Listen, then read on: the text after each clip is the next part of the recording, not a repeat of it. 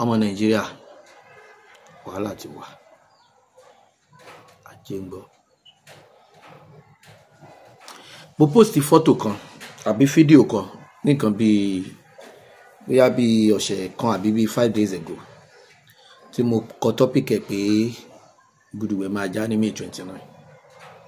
Ṣùgbọ́n jọ mí lójú pé ìjọba tó wà ń ta wọ́n disappoint everybody, wọ́n ti disappoint me totally. Torí pé mo ti wò pé ìjọba tó ní òun ò fẹ́ ayẹyẹ, òun ò fẹ́ wẹ̀jẹwẹ̀mu, òun ò fẹ́ àríyá látàrí bórílẹ̀-èdè ṣe ń rí yìí, mo ti pé ìjọba yẹn ń pt wà ní.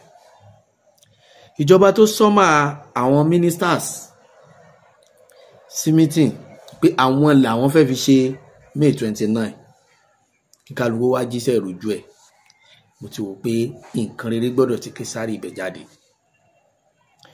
Ìjọba tó bẹ̀rẹ̀ wàhálà lórí ọ̀rọ̀ epo tí wọ́n ti wò wípé tó bá di May 29 wọ́n máa declare price tá máa repo, kò ní jẹ́ pé kálukú á máa ta nǹkan tó wù. Èmi ti ní lẹ́mìí pé wọ́n máa ṣe nǹkan dáadáa. Then mo tún wá wò pé wọ́n á ṣàṣàwọ̀ nǹkan kan tí wọ́n á fi ṣe ayẹyẹ àyájọ́ pé wọ́n pé ọdún kan lórí àléfà. Kànràn bẹ́ẹ̀ wọ́n ní gọ́fìmẹ̀ntì President Aṣíwájú Bọ́lá Ahmed Tinubu, gbogbo oníròyìn ló gbé wípé wọ́n ní béèyàn ò yin àwọn yin ara àwọn. Àwọn èèyàn tí ẹ ṣe wá ní yìnyín, kí ló fẹ́ mú wọn mọ́ yìnyín? Wọ́n gbọ́dọ̀ yìnyín. Ẹ̀kejì ń bẹ, wọ́n ní wọ́n fòye lórí ọ̀rọ̀ orin àkọmọ̀nà orílẹ̀-èdè Nàìjíríà, national anthem, pé ká yípo ká padà sí bó ṣe wà tẹ́lẹ̀tẹ́lẹ̀. Àwọn kánsílọ̀ làdúrà wọn gbà, tọ́rọ̀pọ̀lọpọ̀ kánsílọ̀ míì ní ó lè ka ara ìsọ̀kan bá trọ́ wọn à lè kà. Tí wọ́n bá lè ṣe manifesto fẹ́lómi yóò já látàyé yóò sì jánu kànga.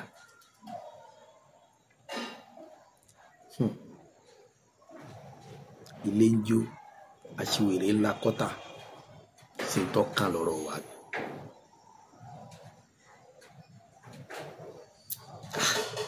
Èmi rí ìjọba tó wà níta yìí bí alábòsí, mo rí ìjọba tó wà níta yìí bí onímọ̀nàfíkì, mo rí ìjọba tó wà níta yìí bí ẹlẹ́tàn.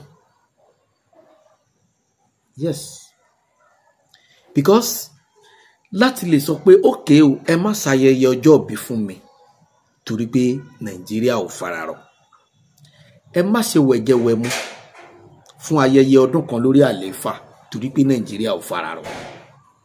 Kí ló wá dé tó jẹ́ pé níjọ́ tẹ́ ẹ pé ọdún kan yẹn ẹ rí nǹkan kan tẹ́ ẹ lè fi sàmì ayẹyẹ yẹn tó lè jẹ́ ìdùnnú faraàlú, tó lè mú ìfọ̀kànbalẹ̀ wá fún aráàlú? Ní tó jẹ́ ká lóore ọ̀fẹ́ yìí iná ni pé torí pé ẹ jẹ́ Yorùbá. Tó bá ṣe pé ẹ̀yà míì ni a ní sọ nǹkan kan lórí ẹ̀, ṣùgbọ́n torí pé ẹ jẹ́ Yorùbá. Aṣíwájú Bọ́lá Ahmed Tinubu,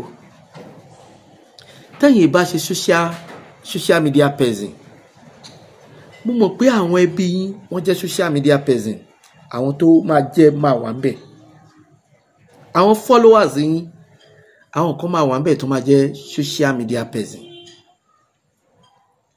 Bẹ́ẹ̀ àwọn kọ̀ọ̀kan tí wọ́n jẹ́ alágbára tẹ́jọ́ ń ṣèjọba wọ́n máa wà lórí social media. Ó jọ mí lójú nígbà tí àwọn kan sọ wípé nǹkan ti bàjẹ́ jìnnà kẹ́ tó dórí ipò. Bàbá, lẹ́ẹ̀kan sí mo tún sọ fún yín àtàwọn tó súnmọ́ yín, ó rọrùn tẹ́ bá mọ̀ wípé ìṣèjọba yìí ó máa affect àwọn dáadáa tẹ́ ẹ ti ṣe tàbí àwọn orúkọ tẹ́ ẹ ti ní dáadáa táyé fi ń ròyìn yín.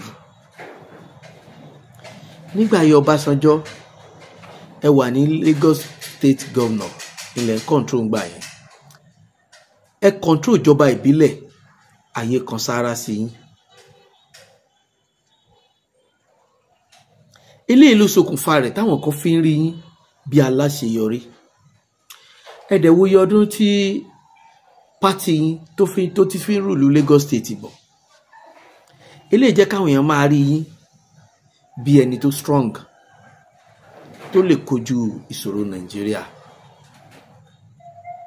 Gbogbo èrò ọkàn tèmi ni wípé tẹ́ ẹ̀ bá tiẹ̀ wá tẹ̀síwájú lórí àwọn nǹkan tá a béèrè fún, bóyá lórí ọ̀rọ̀ epo, bóyá lórí ọ̀rọ̀ ètò ààbò tó gbópọn, bóyá lórí ọ̀rọ̀ bóúnjẹ ṣe ń wọlé àti bó ṣe ń jáde bọ́dà, bóyá lórí ọ̀rọ̀ ìgbòkègbodò àwọn òṣìṣẹ́. Èmi rò wípé ó ti yẹ kẹ́ ẹ ṣáṣàn àwọn oníwà àbàjẹ́ tí wọ́n ń bẹ nínú ìjọba yín, tí wọ́n jẹ́ kẹ́ ẹ rí àṣeyọrí ṣe gẹ́gẹ́ bẹ́ẹ̀ ṣe ń rò tàbí bẹ́ẹ̀ ṣe ń sọ tàbí báwọn followers yín ṣe ń sọ. Ó jọ mí lójú pé ọ̀rọ̀ Emefiele òun nìkan ìlà gbé sórí. Lótìtọ́ àti lódodo, mo mọ̀ pé tí ààrẹ Bọ́lá Ahmed Tinubu tí bàbá bá ń wẹ̀yìn tí wọ́n ń wo sufferness tí Nàìjíríà bá dìbò wọn, wàláhì tàláhì kò yẹ kí ìyà yìí ó jẹ wá mọ́. Ẹ̀yin gangan mọ̀ wípé pàṣán yà, àtòrí yà, pankẹ́rẹ́ yà, ìbọn yà, bọ́ọ̀mù yà ìní Emefiele jẹ́ nígbà tá a fẹ́ dìbò ló jẹ́ fọmọ Nàìjíríà. Then mo lè fi gbogbo ẹnu sọ 75% assurance wípé torí aṣáájú Bọ́lá Ahmed Tinubu ìní ìjọba Buhari àti pẹ̀lú in conjunction with Emefiele náà fi ìyà jẹ wá nígbà tá a fẹ́ ṣe election. Mo lè fi gbogbo ẹnu sọ 75% ẹnu mo lè fi sọ.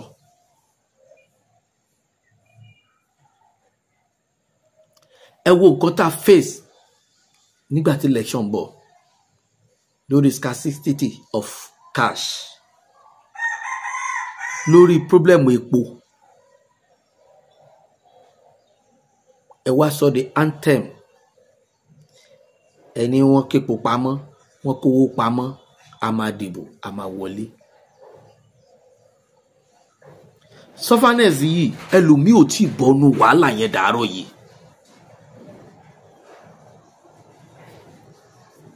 Ọlọ́run wá gbàdúrà yín, bàbá kì í ṣàgbára yín, kì í ṣe dáadáa yín ló tó bẹ́ẹ̀, bàbá kì í ṣe mímọ̀ ṣe yín. Expectation mi nígbà tíjọba ìpè ọdún kan ìní pé ẹ máa kọ́kọ́ wábì kan láti bu òróró ìtura síbi tó ń ta wá, kódà bí òjò ọ̀nà méjì lọ péré sà. Barrister ti kọrin tòótọ́, ó nílé tó dàwó lọ́jọ́ kan péré ó lè mọ̀ ṣe túnṣe lọ́dún 6 tẹ́ni tó nílé ò bá lówó lọ́wọ́. But mo believe pé tẹ́ni tó nílé bá lówó lọ́wọ́, ìsídà kó fi yẹ sí abandon project kó lọ kọ́lé mi tàbí kó lọ ra lé mi.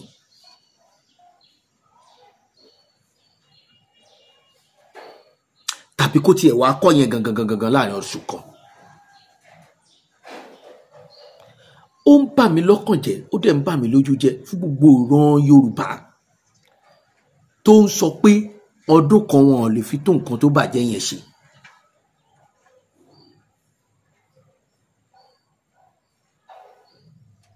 Ẹni tó bàjẹ́ ṣe bó fẹ̀yìntì ni ó lọ dà ọ̀ra. Táwa lè yan rí.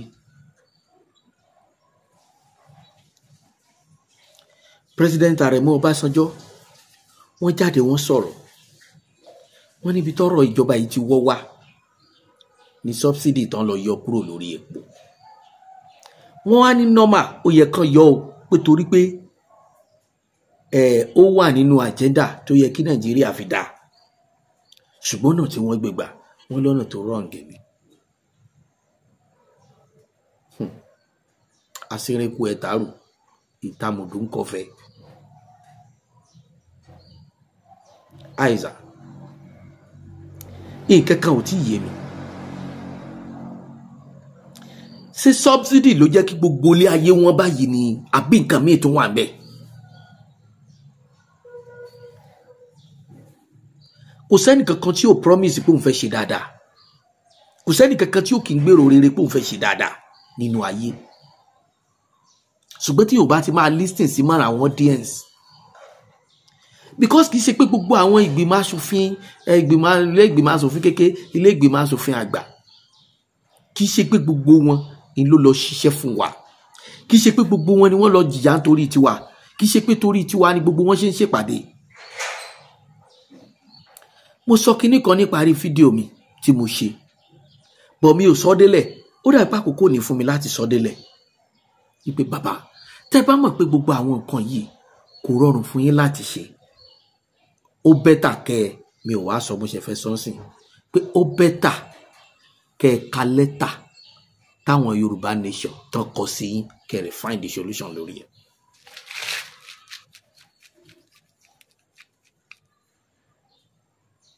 Yes, torí pé tíwájú ò bá ṣe lọ, ẹ̀yin á ṣe é padà sí i. A ti mọ̀ pé definitely population Nigeria ó ti kọjá ntágbára èèyàn kan lè ká mọ́. Bọ̀ tí kálukú bá dúró sórí ọwọ́ ẹ̀, tán ṣe ètò, tí kálukú ní òfin, tí kálukú pìyàmọ́ ìrìn àjò tó fẹ́ mọ́ rìn, possibility wà kí gbogbo àwọn nǹkan yìí die down, kí gbogbo àwọn nǹkan yìí change. Because ìgbà òjò lọ, ìgbà ẹ̀rùn lọ, ẹni ká dísà ìjò, ìgbà wo lẹ fẹ́ dẹ̀gbẹ́ tẹ fẹ́ sọdẹ tẹ fẹ́ pẹran? Kí ló fẹ́ jáde láàrin ọdún mẹ́ta tó kù? Àwọn kan ti wòye before ká tó dìbò, ká tó ṣe election, presidential election, ká tó ṣe presidential election, làwọn kan ti wòye. Wọ́n wò psychologically. Wọ́n wá fojú sùnùkùn wo ìjọba tó ń bọ̀ yẹn, pé kò sí nǹkan kan tó máa jáde ńbẹ̀. But a rí wọn bí ọ̀tá Yorùbá nígbà náà. A rí wọn bí ọ̀tá àlọsíwájú. Gbogbo yín rí àwọn ẹni yẹn bí ọ̀tá àràn Yorùbá. Pé ó ṣe jẹ́ gbígbà tó kan Yorùbá. Èmi náà wà nú ẹni tó sọ̀rọ̀ ńgbà náà. Okay o, tó bá ti pé Yorùbá nation work, I support. But tí ó bá ti work, mo prefer kí Yorùbá wà ńbẹ̀. Gbogbo àná lájọ sọ̀rọ̀.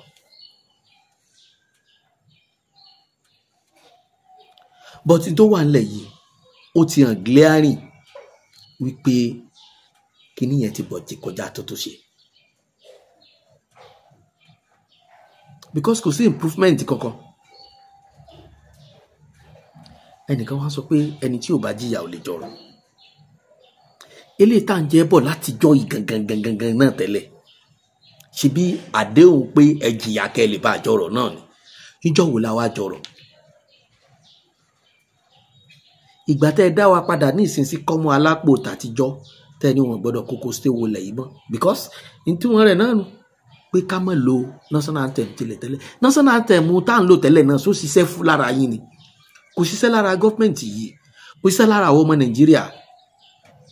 Ìgbà tẹ́ wá fà padà síbi national anthem ti old one, ṣé ẹ lè padà sí ìgbésí ayé old one? Ṣé ẹ lè dá gbogbo owó tá à ń ná padà? Ṣé ẹ lè dá padà? Sálárì táwọn governors ń gbà, ṣé ẹ lè dá padà sí tàtẹ̀yìnwá? Sálárì táwọn commissioner ministers tán ń gbà, ṣé ẹ lè dá padà? Iye tá à ń ra epo nígbà yẹn, ṣé ẹ lè dá padà? Iye tá à ń ra sìmẹ́ǹtì nígbà yẹn, ṣé ẹ lè dá padà? Ẹ ṣe jẹ́ àparẹ́ bí ọ̀rọ̀ NEPA tẹ́ bá jẹ owó tọ́pọ̀ nígbà kan tí wọ́n pè é parẹ́ ẹja ṣẹ̀ṣẹ̀ bẹ̀rẹ̀. Ẹja kúkú pa gbogbo tó wà lẹ́rẹ̀ ká ṣẹ̀ṣẹ̀ bẹ̀rẹ̀ ìgbésí ayé tuntun. Ká wá wo bó ṣe fẹ́ rí. Ẹ dá gbogbo wọn padà, ẹ dá padà sí bó ṣe wà láti ṣẹ̀ṣẹ̀ bẹ̀rẹ̀. Accepted. Kódà ṣe fẹ́ gbọ́, tẹ́ ẹ bá ní gbogbo àwọn nǹkan òyìnbó tá à ń lò, àwọn nǹkan amáyédẹrùn tá à ń lò, tẹ́ ẹ bá ní ká má lò mọ́, kò sí wàhálà.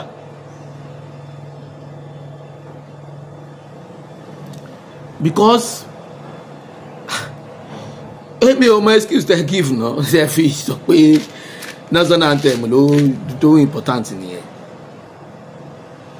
Àìsà, ìgbà tí mo tún rí pé ẹgbẹ́ àwọn governors lọ sí ilé ẹjọ́ lórí ọ̀rọ̀ local government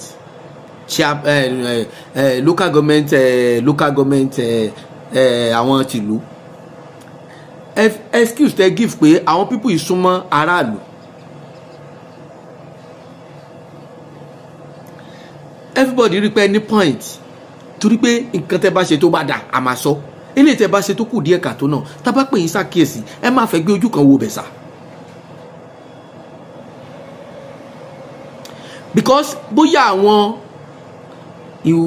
ìwà èmi ni mo láṣẹ èmi ni mo lè pàṣẹ àwọn governors bóyá yóò tiẹ̀ dínkù tí local government bá dá dúró tí wọ́n ń gba allocation wọn from federal level directly tí ò jẹ́ pé ṣe ń débi kan kó tó débi kan mọ́.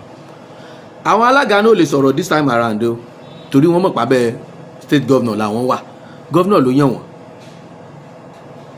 torí pé governor ò lágbára wọn dá ní agbára wọn dá ní àṣẹ ṣùgbọ́n tí wọ́n bá gba àṣẹ yẹn tán fẹ̀yìn local government chairman ẹ̀yin náà bẹ̀rù Ọlọ́run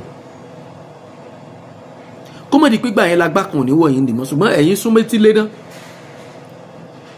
ẹ̀ ṣòro fogun jà.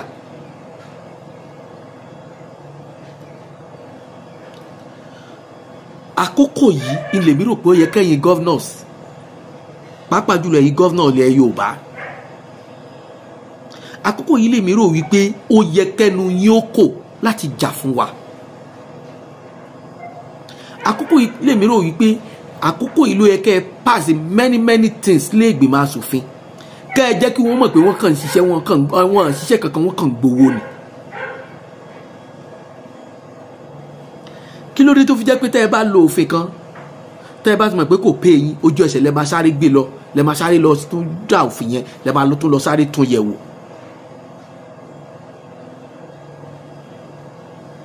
àìsà àgbà ká ló máa ń rókù kàńlẹ̀ tó máa ń ta nípa.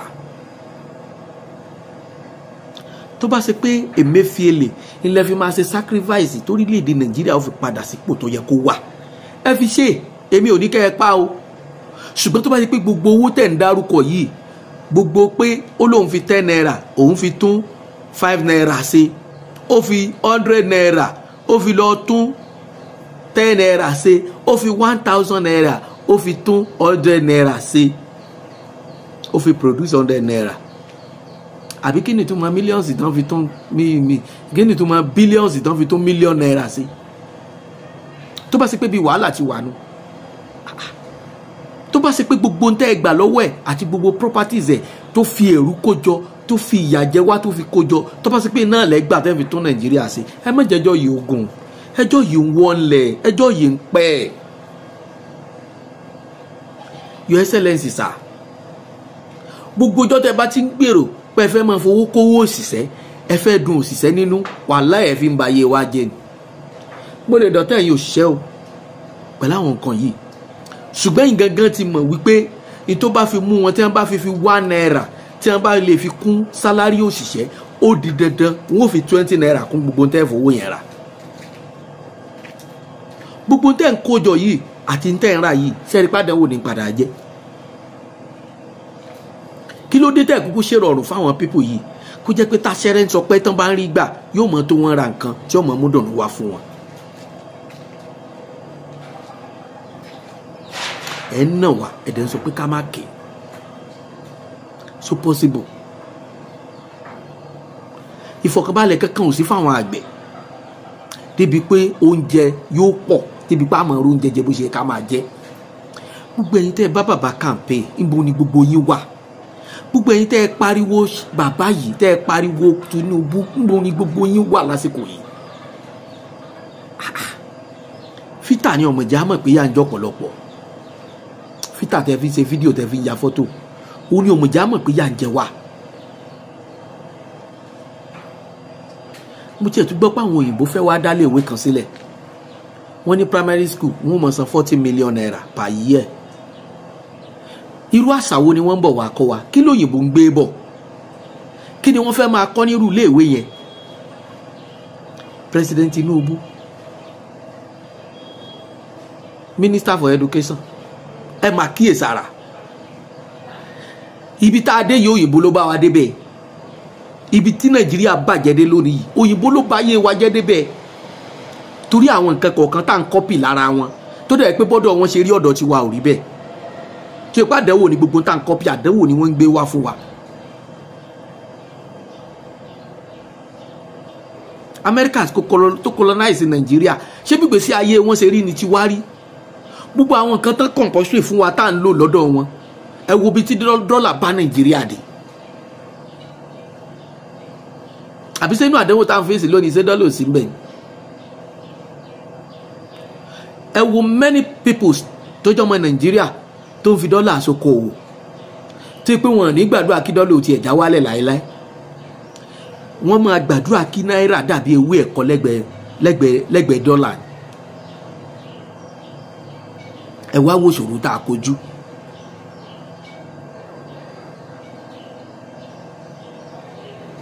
òyìnbó wa tó láwọn ń gbélé ìwé kan bọ̀ kí náà fẹ́ máa kọ́ àwọn èèyàn bẹ̀ ṣé Yorùbá náà fẹ́ máa kọ́ wọn ní abẹ́ ẹ̀rọ pé wọ́n ṣe Haúsá language àbí Yíbò language ni wọ́n ṣe.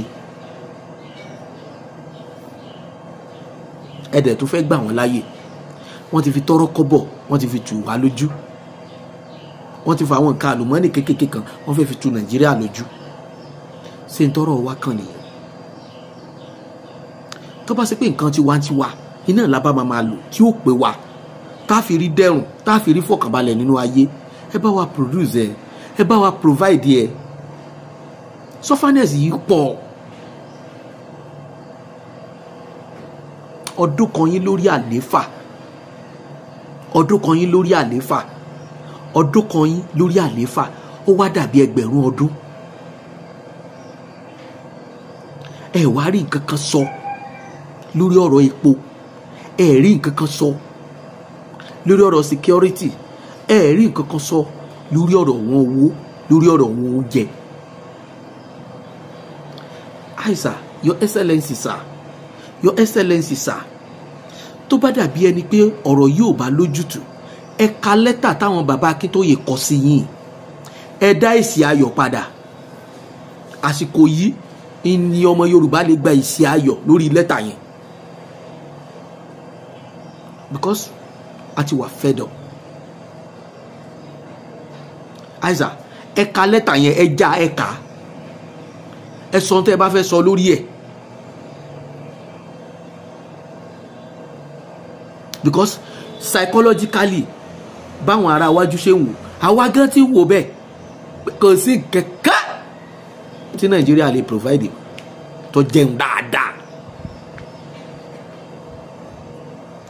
ayé àmọ́ rọ́ọ̀fù ẹ̀ lọ báyìí kò sí because kò sí retí gbogbo ohun tá a kàn fira wa lọ́kàn balẹ̀ lórí irọ́ a kàn fira wa lọ́kàn balẹ̀ àwọn tó ń jẹ ń bẹ̀ àwọn tó ń rí ọwọ́ kìgbẹ́nu ń bẹ̀ àwọn náà ń fi wá lọ́kàn balẹ̀ lórí irọ́. kálukú ọ lọ wò ní ìsìn bẹ́ẹ̀ ṣe ń ṣe banking transaction ẹ lọ wo iye tó ń yọ lórí wa ẹ jọ wo iye tí báǹkì ń yọ lórí transaction tó ń ṣe pé bóyá ẹ transfer sí bóyá ẹ ra káàdì bóyá ẹ receive alert bóyá ẹ ṣe gbá bóyá ẹ ṣàwó wọ́n ti ẹ yọ owó kan wọ́n tún kọ owó electronic kò yé mi báǹkì kan jáwó bó ṣe wù wọ́n ṣé gọ́ọ̀mẹ̀ntì ò mọ̀ ń pa ẹ̀ ni.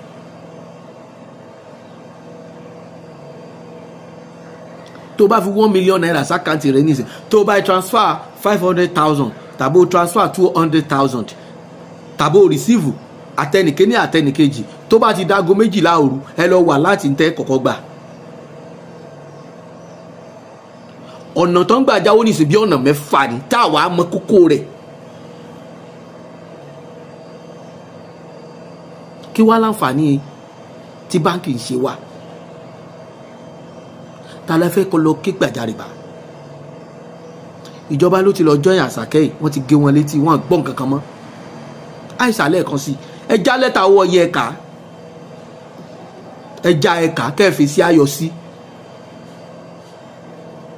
ẹ má jẹ́ kí gbogbo ayé ó di tout ẹ má jẹ́ kí gbogbo ayé ó di gbọ́mọgbọ́mọ ẹ má jẹ́ kí gbogbo ayé ó da adigunjalè. because nígbà tí o bá sí security nígbà tí o bá ṣiṣẹ́ gidi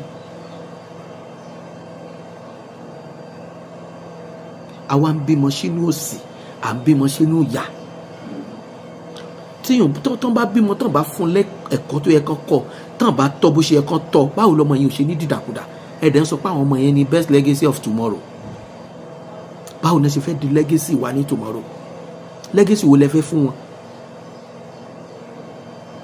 àwọn ọmọ tí yín ọ̀pọ̀lọpọ̀ wọn ò lè sí ní Nàìjíríà ẹ̀yin alágbára ẹ̀yin aláṣẹ àwọn ọmọ yín ò sí ní Nàìjíríà. Àkókò ní tó yẹ kí Yorùbá ronú. Ẹ máa retí next video tí màá post lórí gbogbo ẹ̀yin ọba Yorùbá. Ẹ̀yin ọba Yorùbá, ẹ ti dákẹ́ jù, ẹ ti sùn, adé ti sò yín lórí. Ẹ̀yin ọba ilẹ̀ Yorùbá, kí ló ṣẹlẹ̀ gangan? Ṣé torí kan má bàa gbadé lórí yín? Okay, ó yá, watch out. Ẹ máa wò, ẹ máa gbọ́ lẹ́yìn fídíò ilé. Ìsídàkẹ́ lọ pè mí lọ́mọ alẹ́ Yorùbá. Aiza, once and again, tí o bá ti sọ́ta native, ẹ já lẹ́tà tí Akíntóyè, bàbá Akíntóyè, Sunday Igboho, lẹ́tà tán kọ sí yín, ẹ já, ẹ kà, ẹ reply wa lésì gidi. Ẹ jájọ kóra wa délẹ̀ lórí.